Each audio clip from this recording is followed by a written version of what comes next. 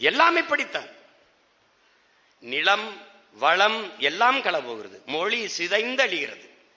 அப்போது ஆரியன் படையெடுத்து வந்தான். ஐயா எழுதியிருக்காங்க, ஆரியன் படையெடுத்து எங்கடா வந்தான்? இப்பதான் வரான், வடக்கன் படையெடுத்து வரான். 1.5 கோடி பேர் உள்ள வந்துட்டான். 1.5 கோடி வாக்குரிமை பெறுகிறான். வேலை வாய்ப்பை பெறுவது கூட பிரச்சனை இல்லை, அவன் வாக்குரிமை பெறுகிறான். வாக்குரிமை பெற்றால் அவன் இந்த நிலத்தின் அதிகாரத்தை, அரசியலையும் அதிகாரத்தையும் அவன் தீர்மானிப்பான். இப்போது தவிர்க்க முடியாமல் நாம் சில தொகுதிகளை மற்றவர்கள் கொடுக்க வேண்டியது வருகிறது போல, இனி ஈரோடு, பெருந்துறை, கோவை, இந்த கிழக்கு, தெற்கு, இந்த மாதிரி தொகுதி எல்லாம் அவர்கள் இடம் கேட்பார்கள்.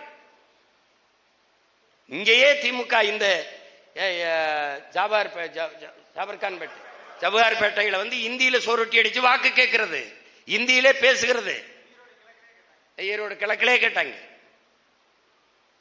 அவன் சொல்றான், அந்த கோயம்புத்தூர்ல இருக்கிறவன் சொல்றான், அவன் ராஜஸ்தானி பீகார்ல இருந்து வந்தவெல்லாம் சொல்றான், தமிழால வந்தா வேலை கொடுக்கும். இன்னைக்கு அவன் கூலி, நாளை அவன் முதலாளி.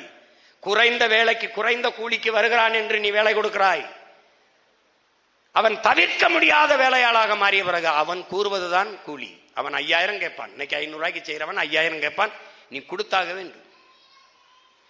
நம்மளை திராவிடன் உழைப்பிலிருந்து உழைக்கிற திறனற்று குடிகாரனாக்கி, கஞ்சா, ஆவின், கொக்கைன், மெத்தப்பட்ட மீன், இப்படி போதையில் அடிமையாக்கி முழுக்க திரை மயக்கத்திலே மூழ்கடிச்சு தூக்கி போட்டான். இன்னைக்கு திரை மயக்கம் என்ன செய்யுது? திராவிடனே கலங்கடிக்குது.